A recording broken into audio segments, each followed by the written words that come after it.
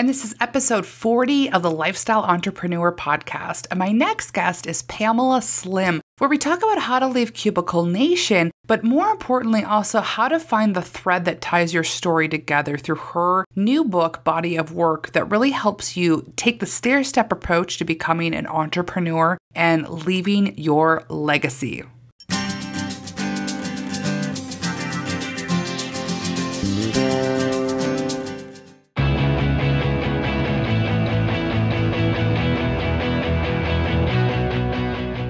Welcome to the Lifestyle Entrepreneur Podcast. I'm your host, Kris Gilbertson, and I'm an author, speaker, and a coach to teaching you how to launch your own successful podcast. And the reason I designed this show is to bring you the top lifestyle entrepreneur experts from all over the world for them to share their key strategies that they've used to launch their own businesses and allow them to live life on their own terms. So tune in every Friday for new episodes and come on over and join the Lifestyle Entrepreneur community at www.lifestyleacademy.com.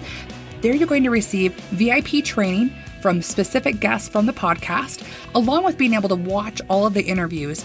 And I'll also be making it really easy for you to implement these strategies that you're hearing by sending you what I like to call the Lifestyle Cliff Notes on the best of the best lessons learned on the podcast. So let's get started. All right, so before we get started with the show, I just want to thank everyone who is subscribing and leaving awesome reviews in iTunes. I'm so excited that people are enjoying these interviews, and I'm excited to announce First Fridays. So what I'm going to be doing the first Friday of every month, we're going to have a raffle for those of you that have subscribed to the podcast and then also left a review, and it'll be a raffle for $25 gift cards from iTunes, Amazon, eBay, all over the place. So all you simply need to do is just subscribe to the podcast in iTunes and then leave us a review, and your name will go in a hat, and we'll announce that the first Friday of every month. And this week's loyal listener shout out goes over to our friends over in the UK. And this one comes from Nick at The Fit Writer. And he says, great podcast for any freelancer. I found your podcast through the Paul Mort episode, and I'm now working my way through the archives. Thanks for an amazing resource and great information and fantastic guests, Nick.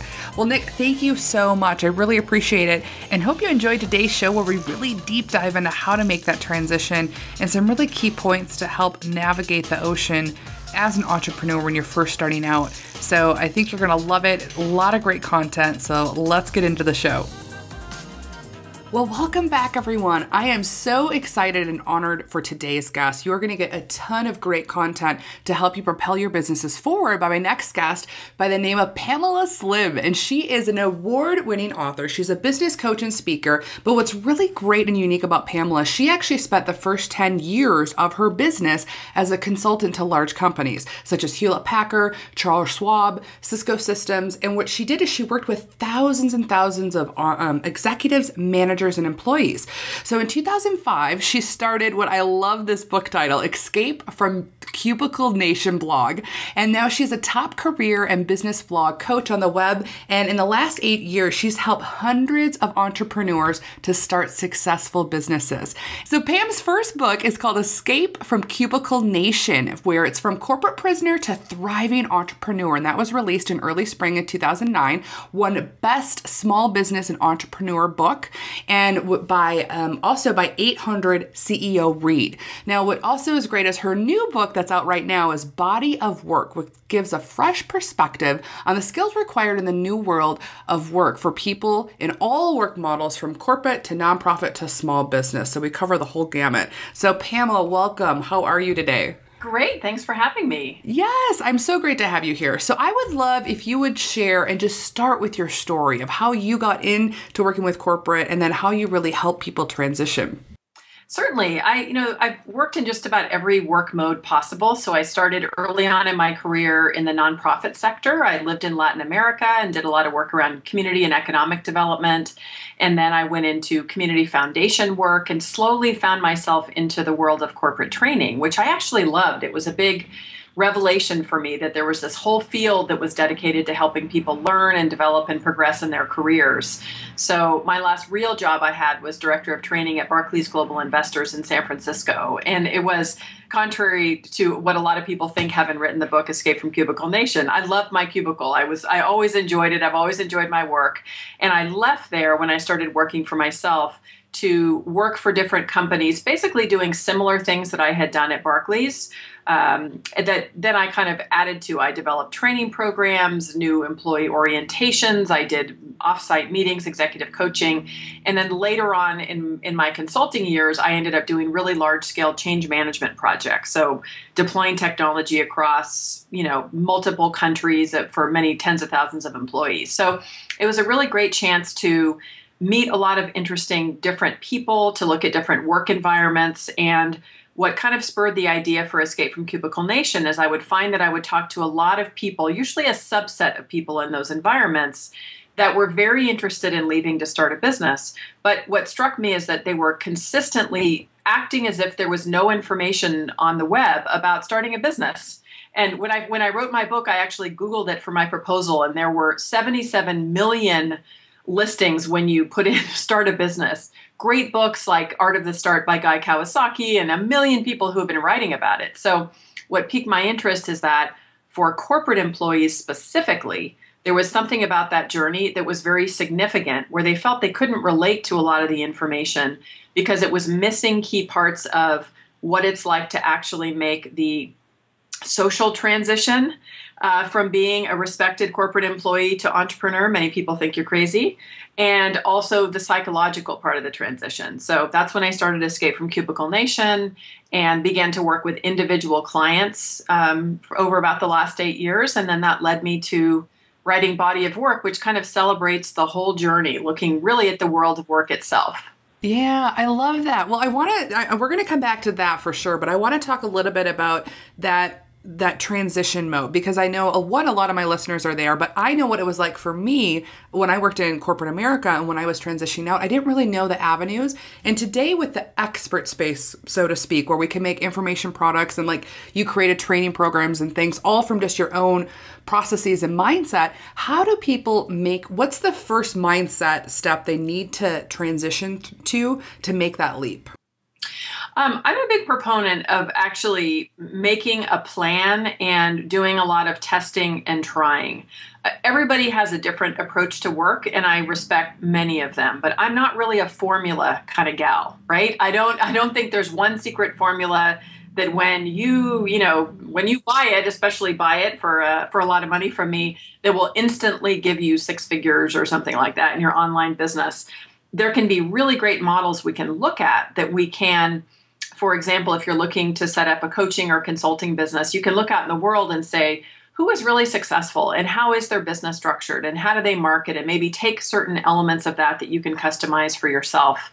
But a lot to me of what makes a successful entrepreneur is where they're willing to put the basic infrastructure in place, begin to work on small tests, develop your initial service offering, and the real trial by fire is, are you able to actually close business? Can you go from having an idea to creating something, putting it out there, and getting somebody interested enough in working with you? Now, that takes a huge amount of courage.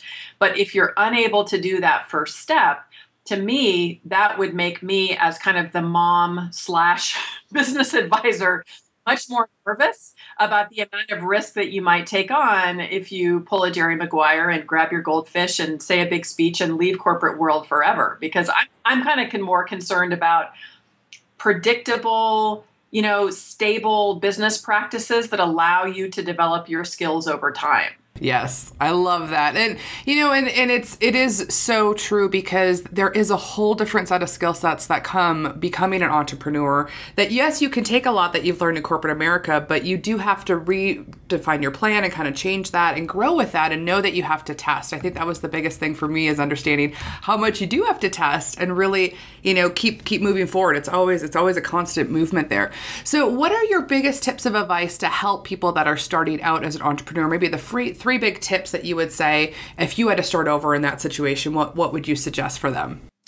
I would first suggest getting very clear about who your ideal client is and doing some work to really scope that out, to create your avatar of maybe the key kinds of people that you really want to work with, that not only have money, which is super useful if you're selling things, but also really fit psychographically with how it is that you like to work, that you feel like you could really provide value to.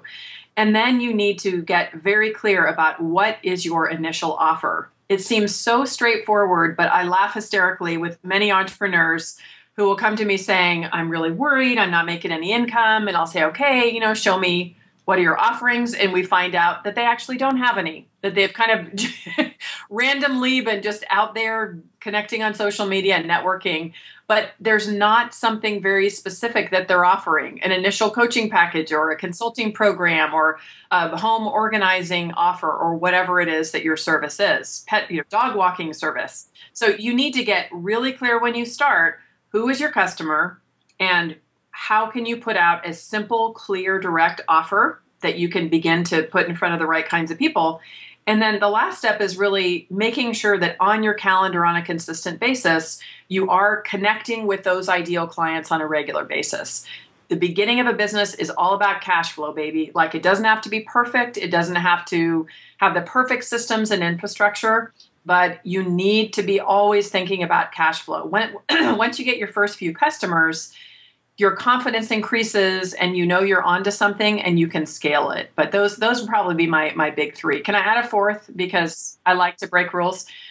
Don't neglect your business foundation from the beginning. It's so much easier from the beginning to get your business license, get a business account, talk to a CPA, talk to a lawyer, make sure you just have basic things that are in a foundation so that from the very beginning, that you are aware of all the reporting deadlines, that you're not commingling your funds, which can get confusing, not to mention can be problematic.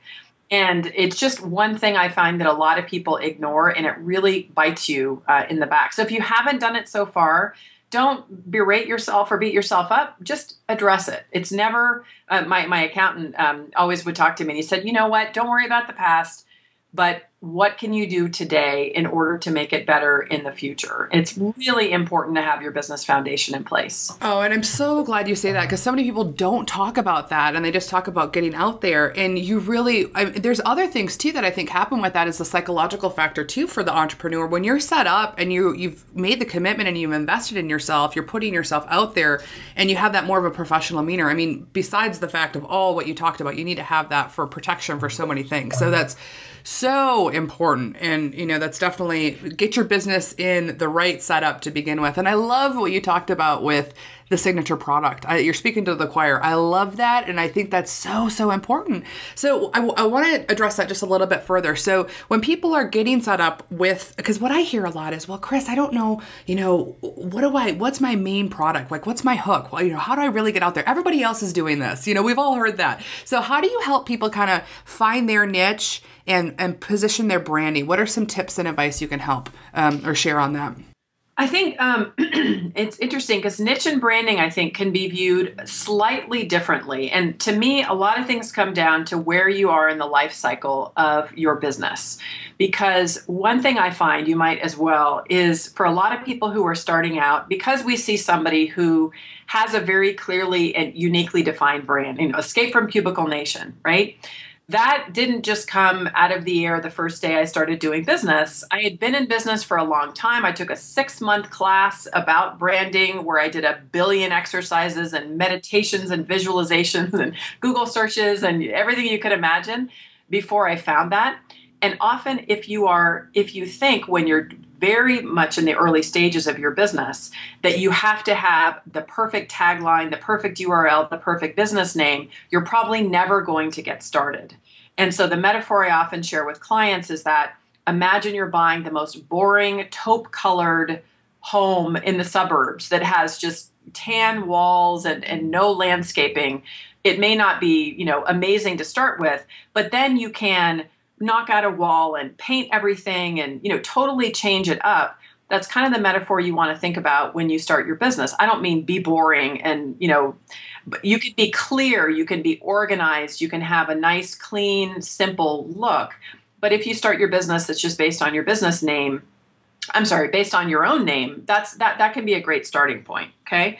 And that's one place that as you begin to get in the market and work with different people, that's often when you begin to discover what is unique about your approach and what it is that you're offering. So when you get to that stage, the next part I think that's really important is where you do find that real intersection of work what you feel is really important and necessary in the world. I'm kind of super pragmatic kind of a person. I'm very much an optimist and, love all kinds of motivational quotes and everything. But what really excites me personally is solving problems. Just something that is just meant to be solved. There's one issue that's kind of like what Escape from Cubicle Nation did for me. Like, this is a gap. There's a gap where nobody is, at that point, many years ago, nobody is really talking about this.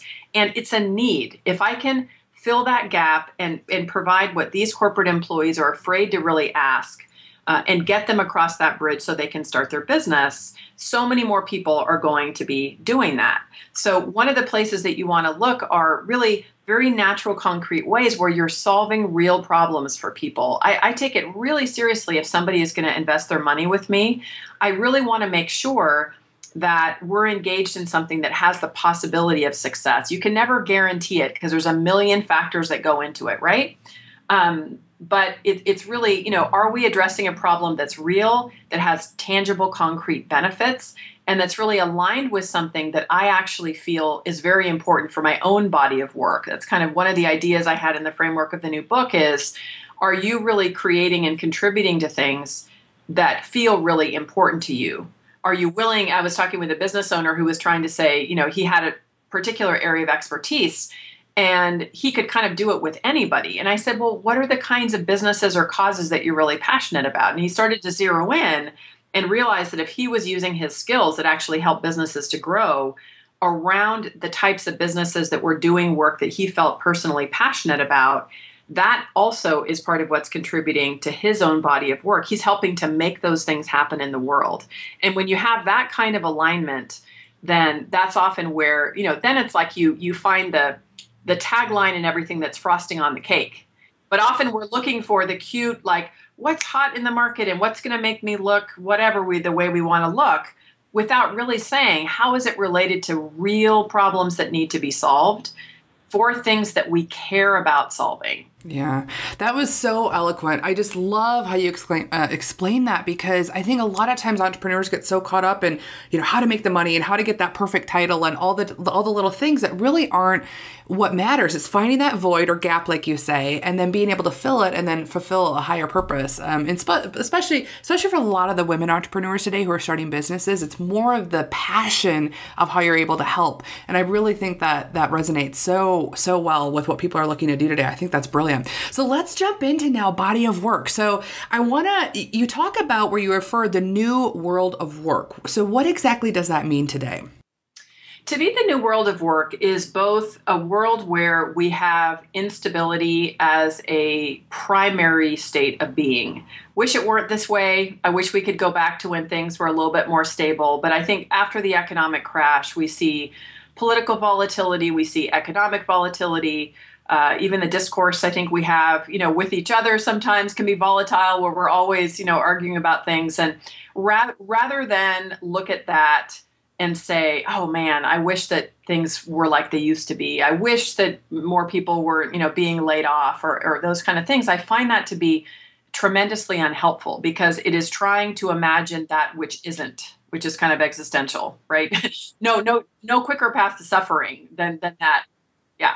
So given that, that's one side that maybe is a little bit more on the negative challenge sides. But on the positive side, we have never been in a period of our history where we have access to more amazing technology. We have more creative ways that we can do work and share work.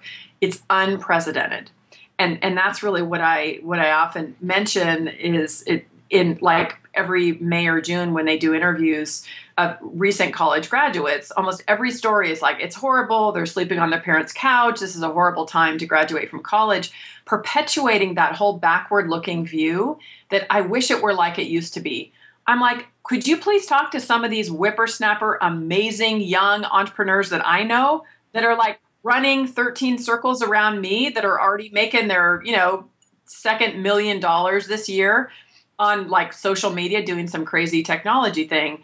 We have so many tools and resources available. So I think when we put those two things together, we realize as a framework, the world is much less stable And we have many more ways now that we can create personal stability by understanding different work modes and having backups for the way that maybe, we're used to working. Yeah. Oh, it's so true. Yes, absolutely. I love that backups for the way we used to work because it's kind of stair-stepping in. So now let's talk about for the traditional people that are seeking jobs, why doesn't traditional career advice apply to them anymore? To me, it's because you are looking more at a world where you could be building a career within one company. For example, there might be a career path that had a particular direction where you come in, you're junior, you work for a couple of years, and you get promoted to a position and work your way up through the organization. A lot of Gen Y folks are just skipping that totally, and they're not planning on being anywhere for more than a couple of years at a time anyway. It's more of a project-based world.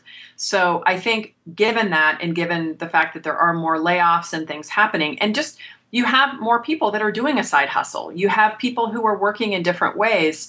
The advice, I don't want to say everything is wrong. Everything we've been told in the past is wrong.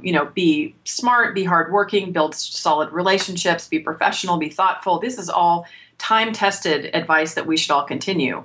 But the part that doesn't work is where you're just thinking in terms of how can I prepare myself to be in this one career track? And it's why I'm kind of fond of looking at it in a holistic way of really what you're doing is you're creating this body of work that you're very proud of, that no matter what work mode you're working in, you might work for a while like I did within corporate and feel very proud of what you contributed to folks in that environment or to customers. And then you work as a stay-at-home mom, as I was, and you're very proud of the time that you spent with your little one, when he needed you. And then you work for yourself. And what you are clear about what you're actually building is that your own legacy, your own body of work. And that to me is something that we have more control over. We can never control every variable, but at least I won't be devastated if I don't get promoted or if I get laid off or if my business fails. It's not like my life is over. Or if I don't get tenure track for people that are in, academic institutions. Exactly. So is body of work more of a way to help people start to think like an entrepreneur, even though they're in corporate or different positions, they still have the, quote, job role. Is that how you're trying to help them transition and think more in that way? Because that's what it seems like to me, because that way you can be flexible and move yourself wherever you need to go. And you still have your body of work of skill sets that you can hone and take with you. Totally. It's really interesting because I've done different times. I've done some workshops within companies of talking about entrepreneurship. And you're exactly right. There are certain things we can learn as entrepreneurs to be flexible, to read the market, and skills that do cross over. But one of the things that is different often is especially in larger organizations, some of the entrepreneurial thinking will actually either get you in trouble or get you very frustrated. And it's more that you are the part that really excites me personally that I think we can all think of is how are you really contributing to creating great work where you are in the context of where you are. And then personally, you are thinking always about what's next. So sometimes if it's like, act like an entrepreneur in a Fortune 500 company, sometimes it works and sometimes it doesn't. And I think we always have people like on the edge that are pushing things. And sometimes you have little subcultures. We used to talk about subcultures when I was a consultant, where you have this great VP or a manager who's totally fired up about trying different practices. And that's how it was when I was at Barclays. And it was a fantastic environment, but it was kind of a subculture within the larger organization, which often resisted change. So if it's more that we're thinking about how can I develop mastery, how can I really be involved in the kinds of projects that are here that are really interesting and relevant, that relate to what I want to be involved in my outside life, but also never only develop networks within a company. Always be thinking about developing a broad network so that if you do lose your job or if you want to be creative at helping your company grow their customer base, you have relationships with people in other areas. So it's a little bit of a nuance, but I find it funny, like if somebody were to truly act like a scrappy, bootstrapping entrepreneur in a corporate environment, they may be more frustrated than they are. It's kind of like when in Rome, do as Romans do, but you are going to be more intelligent. You are going to be contributing more by understanding the needs of that environment. Well, and I think this still can relate so much, especially for a lot of my listeners that I know are in that place right now. They want to transition. They're kind of one foot in, one foot out, and kind of starting to make that move, but they can't completely stop. And I think what's so great about that I really had to force myself to do when I was in that role myself years ago, is really embrace and create mastery and enjoy the projects that I was working on in that role. Do the best I could, learn as much as I could from that, whether it was good or bad, and then be able to take that with me. So I think enjoying the journey, knowing, like you said, I mean, your branding that you created with on Cubicle, that took years. It wasn't just like an epiphany, you woke up. Sometimes you get lucky and you have that. But most of it, it's remembering, oh yeah, 10 years ago when that happened, okay, now this all makes sense. So I think that's brilliant. So what I'd love for you to talk about is how can people best connect different elements of their career and weave that into their story, or if we want to take it even further, their signature story.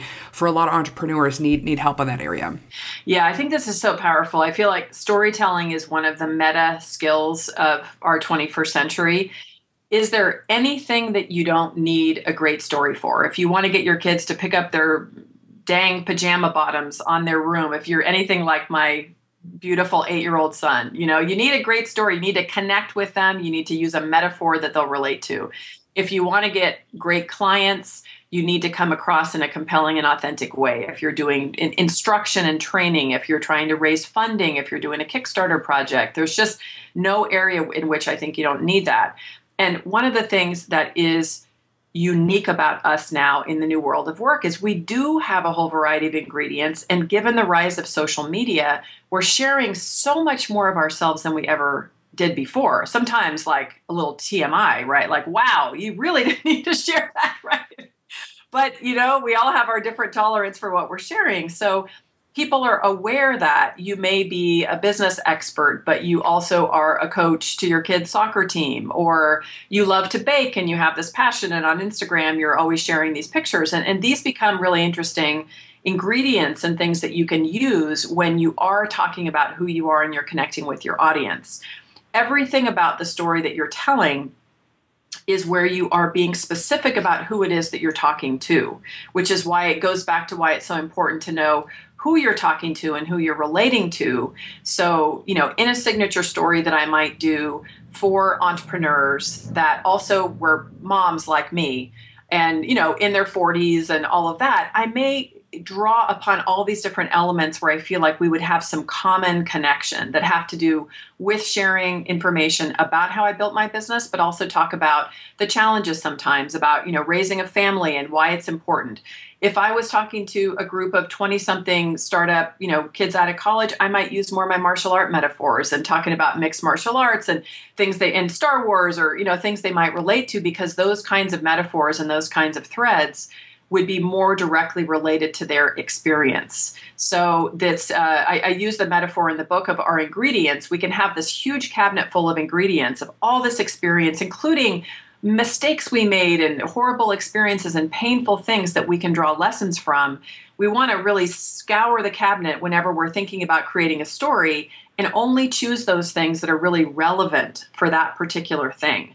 And a very common thing that you see that is understandably hard for people is they're like, oh my God, I've done so many things and I have all these interests. What do I put in my about page? What do I not? How much do I share? And I think so much can be guided by who it is that you're actually talking to.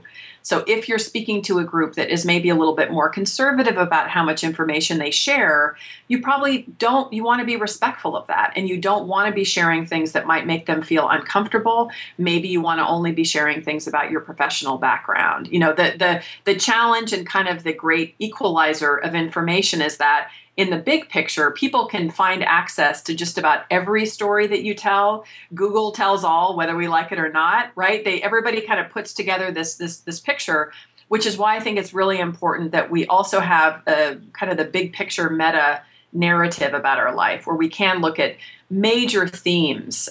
One exercise that I often recommend to people that maybe have had a lot of different experiences is where you kind of lay out all the different things that you've done in your life, personally and professionally, and you say, of all these activities, are there any major themes that weave through? I know for me, it was always about transformation. There was a big theme about freedom and empowerment, about kind of grassroots empowerment that related to work I did in Latin America and related to work I did with corporate employees, So when you can look at some of those themes, that's then where you can help to kind of organize all the information you share. So nothing is just completely out of bounds. And that's going to feel probably out of integrity to you if you're showing up and appearing one way with one group and appearing a totally different way with another one. Assume that everything is always going to be recorded and shared. Unfortunately or fortunately, it's kind of the world we live in. So, have your girlfriend to girlfriend, talks where you can just be totally unedited, which I think we all need to have that safe space. But anything you're going to say in a public setting, it will be found somehow or another.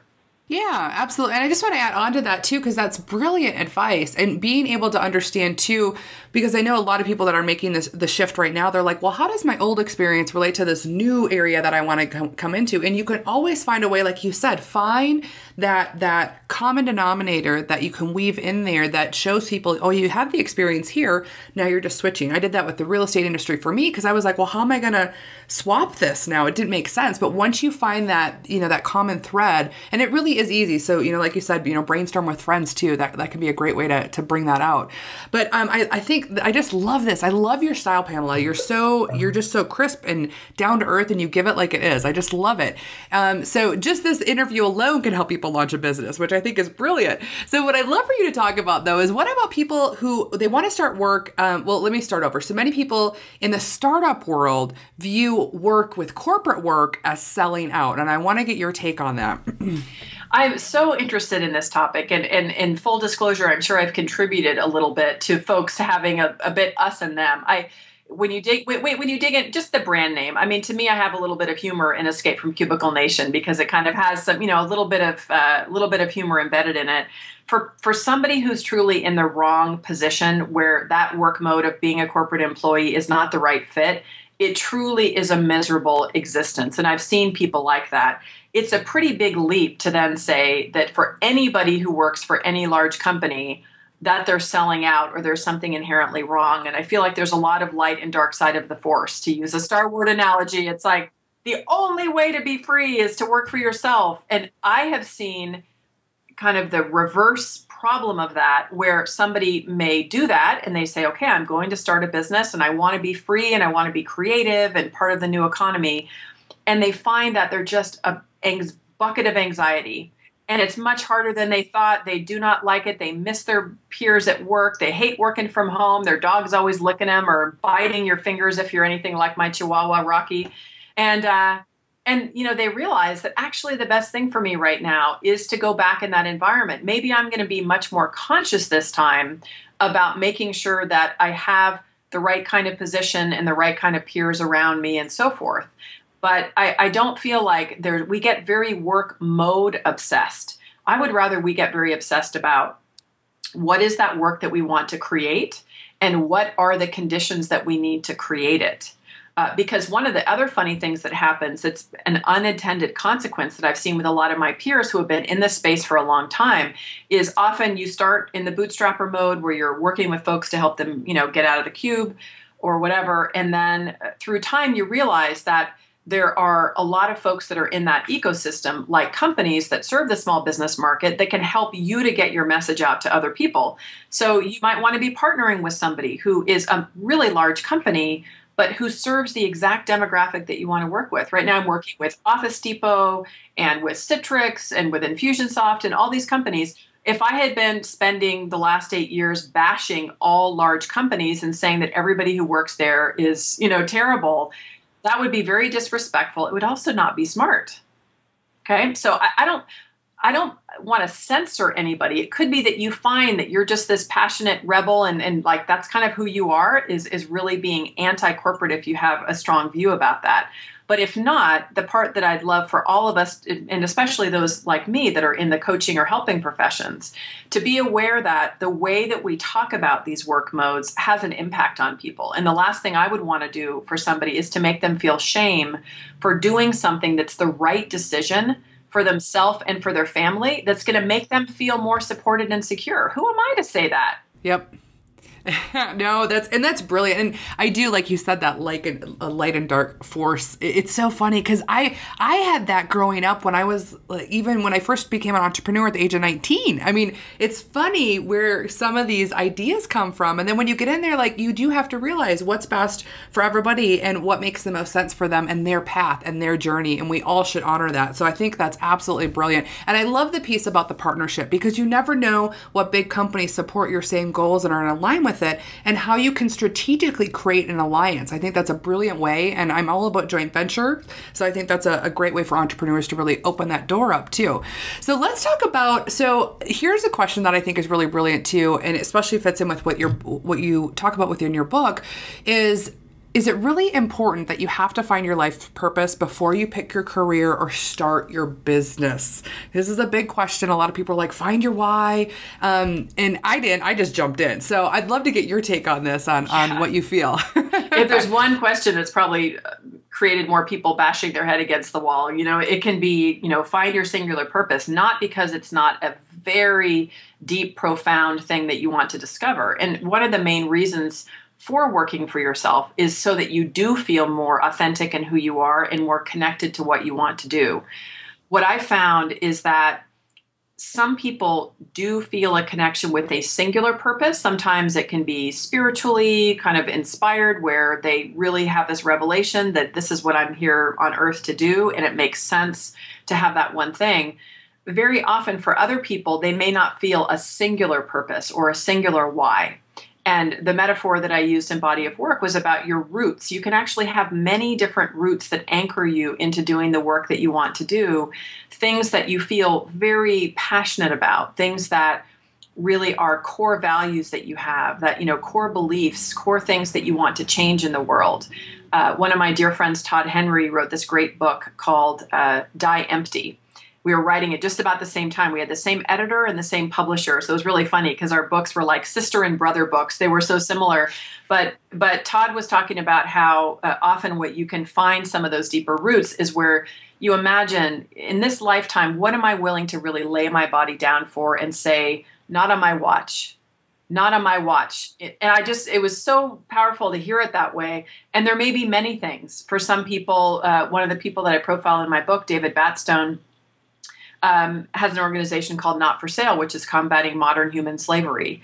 And he was a university professor with a deep interest in ethics. And he ended up finding out his favorite restaurant in San Francisco was staffed by slaves.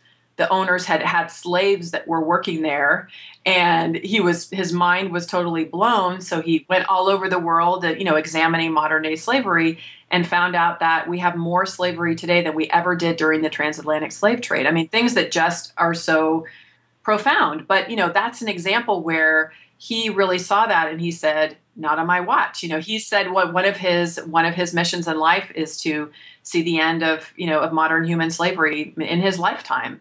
And that's something for him, that keeps him going. Now, within that bigger mission, there are many roots of things that he's interested in and things that he's concerned about.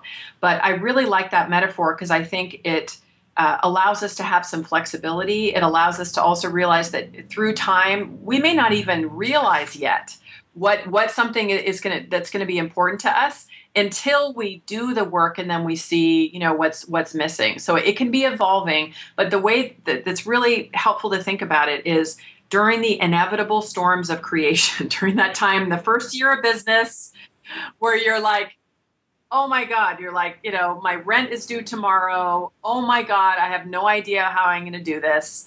That you need something to remind you why you are doing this. This is why you're doing that. That's where you have to look in the mirror and say, it's worth it.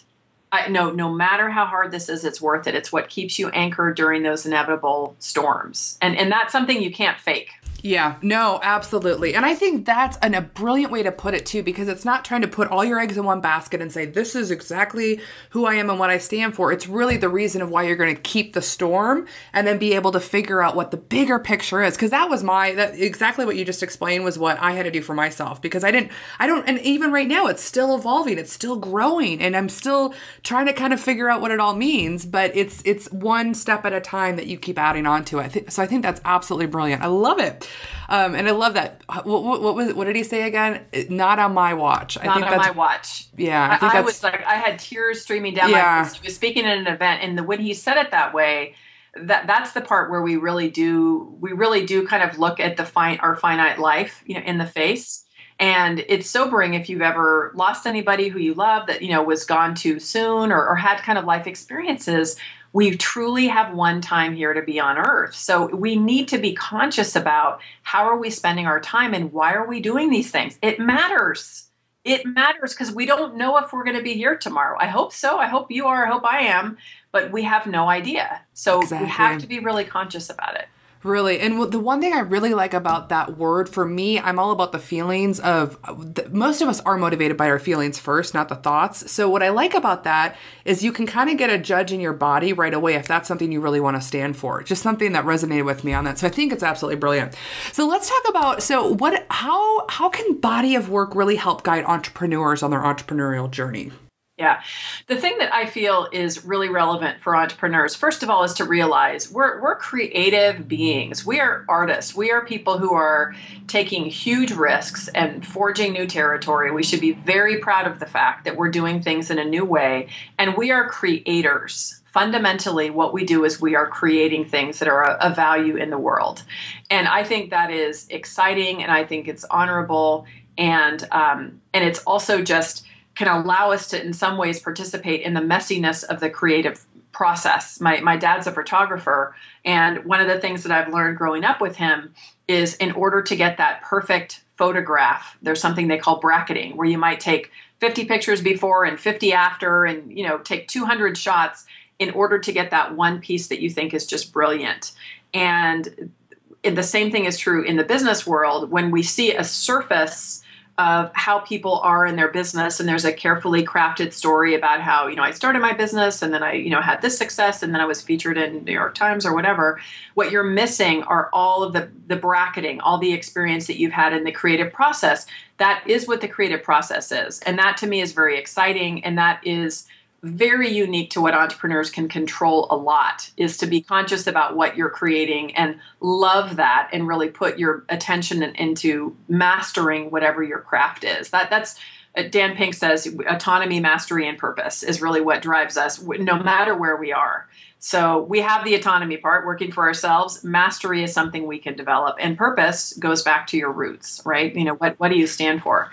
The other thing, which I think is really relevant, is the idea about storytelling. And we were talking earlier about personal branding and what is that story that we're telling that's really connecting with people? How are people knowing us? And I'm a big Facebook person. I love Facebook and often share, what's going on with my kids and, my life and different things I'm sharing with folks. Really because I like it. I'm just a connector and I'm an extrovert. So that it's a very natural thing for me. What I didn't realize so much that I've learned throughout the last few years is all of that is really part of how some people have been very significantly connected with me. So for some people, it's the silly stories about what my kids say to me in the morning that crack me up. For other people, it can be appreciating that maybe the type of content that I share, in one way is something that they see. Maybe I'm not the person who's doing rants. I have an occasional rant sometimes. We all have to have a little rant. Yeah, but it's like these are ways in which we can actually share so people can understand who we are. And my friend Colleen Wainwright, it goes by Communicatrix, which is a great brand name, communicatrix.com. She's a brilliant communications person, and she defines personal branding as just you amplified. So it's just really who you are amplified in different ways, where you can be thoughtful about it. And I think as entrepreneurs, that's really that unique opportunity that we have, is we can really choose to be ourselves. We can choose to work with people who get us. We can create things that are important to us.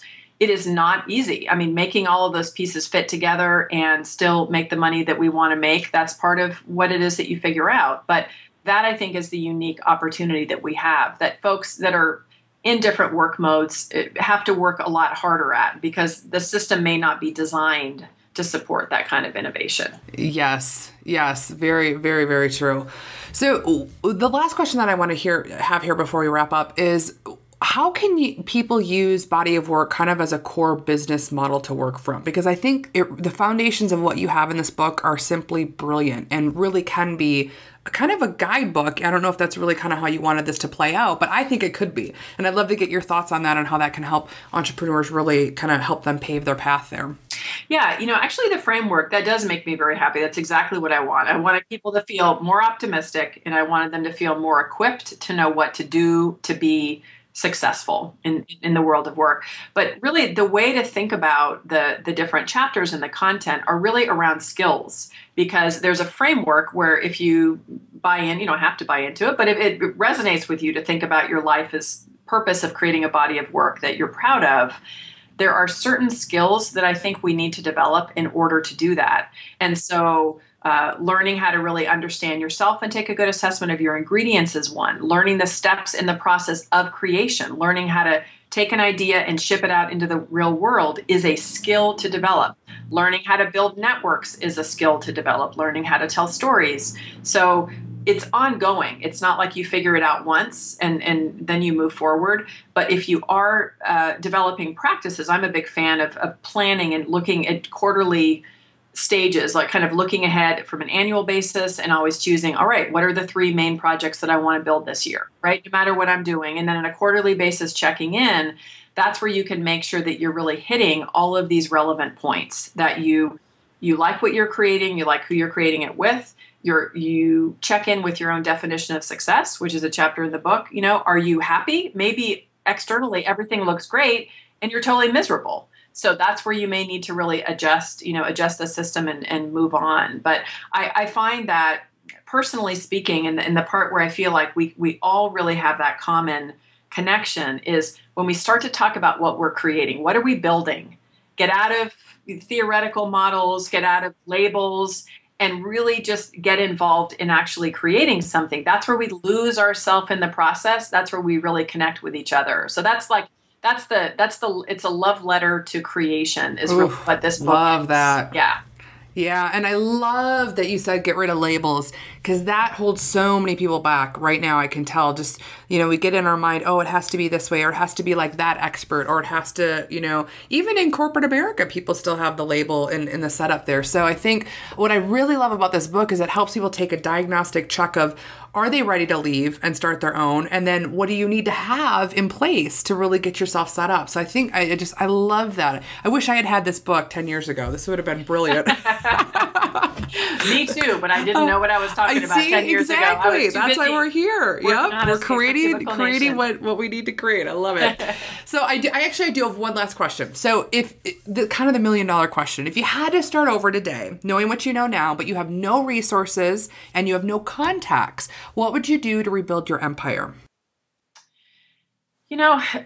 A lot of the foundation is really how I built mine. I tend to think through networks, and if you've ever read The Tipping Point by Malcolm Gladwell about connectors, mavens, and salesmen, often the very quickest way I find in order to make something happen, to learn something new, or if you when I moved to Mesa, Arizona from the Bay Area where I grew up, I didn't know anybody besides my husband. I was just totally new. So when you can learn basic network building principles and act on them, be friendly to your neighbors, talk to them, look for areas of interest that you might have liked, in your prior work experience, and go to places where you can meet like-minded people. All of these are ways I find to first build up your network. Now, that's something that's, from my perspective as a connector, that's always my default when I've been in a lot of new situations, that is really effective. For folks that might be a little bit more introverted or be more mavens, where they're more focused on really researching and understanding a certain area, that's where you can, let's say everything blows up in the economy for, the business where you've been and you need to really start from scratch. That's where you really want to be looking for models. And always, and the best of all worlds is you do both. You build a network, but you also look for models. And you can dig in and say, this is an area that's new that I want to go into. Who is really doing it well? Who's doing it in an interesting way? How can I look at 3 or 4 different examples of how something is set up? Not to completely, take hook, line, and sinker, copy somebody's model, but it's often easier. My friend Andrea Lee talks about innovating by 10% can often lead to a totally different thing You take a model that's been great in one setting and you tweak it by 10% and it looks totally different. I just did that. That's so funny. And it's so crazy that you look at it and then your creation process takes it down a whole new area. And it just, boom, it's totally different. And it's your own unique path. It's not copying. It's just modeling, understanding. I think that's brilliant. I love that. And why start from scratch? I mean, that's one thing that can drive people crazy. Like, how can I market on the internet? Okay, there's a few people that have done it. There's a couple models there. Don't get overwhelmed. Oh, that's brilliant. Oh, I love it. So tell everybody where they can find out more about you and pick up your book. Yes, you can find me at Escape from Cubicle Nation is my main site. Soon to be, still have Escape, of course, but PamelaSlim.com is, we're just in transition right now to add more information over there. You can get the book anywhere books are sold. So Amazon, Barnes & Noble, in stores. It's a mainstream distributed book. And I'm a big Twitter person, so you can reach me on Twitter at Pam Slim. Excellent. Well, I'm actually going to pick a couple books up as well for the listeners to give out. So if you leave a review in iTunes for the show, I'm going to send those out for selecting people. And then also, I'm going to have all the information on Pamela as usual on the blog, where you can get all of her details, go into more on her story, and easy clickable links to take you where you want to go to find out more about Pamela. So thank you again. This has been an absolute honor and a pleasure. And I would love to have you back in the future because I know you got another book in you somewhere. Not for a little while, but yes. Oh, that's good. Somewhere that's down the line. Yes. Well, thanks again. We really appreciate it. Thanks a lot. And I hope you enjoyed that episode. I'd love to get your feedback here for the Lifestylepreneur podcast right in iTunes. Simply leave us a 5-star and a review letting us know what you like, who you're interested in hearing more from, and what topics you really want help with in your business that I can bring on those key experts to really fine tune and help you in your business and creating the lifestyle of your dreams. And I'll be giving shout outs, so make sure you put your name and your website address if you want me to share that with the community as well. And again, thanks for listening. I'm so excited that you found the Lifestylepreneur podcast, and I can't wait to connect with you and learn more about your business as we continue to grow this community. So again, have a great day, and I'll talk to you next week. Thank you for tuning in to the Lifestylepreneur podcast. Again, I'm Kris Gilbertson, and I'm committed to bringing you top training from leading lifestylepreneurs all over the world to help you break through and turn your dreams into your ideal lifestyle. And make sure to join us at www.lifestyleacademy.com to receive VIP training from specific guests I interview on the show so that you can really easily start to implement what you've learned from listening. I know we're all busy, and sometimes we don't have time to listen to the entire podcast or take notes because I'm always listening on the go. So I like to call it the lifestyle cliff notes to creating your ideal business and make it really simple for you. So those will be sent via the email list. Plus, I also want to connect with you personally, and being on the Lifestyle Academy mailing list is where all the magic happens. We'll host VIP trainings once a month that we can't always bring out on the podcast with even more detailed information. And I also want to connect with you personally. I want to know what's going on in your business and what you need help with and who I can bring on to aid you in creating your ideal lifestyle. And so I'll be asking questions every once in a while that I want you to reply, and I reply back to you personally. So again, until next time, wishing you on your way to achieving all of your dreams. Talk to you soon.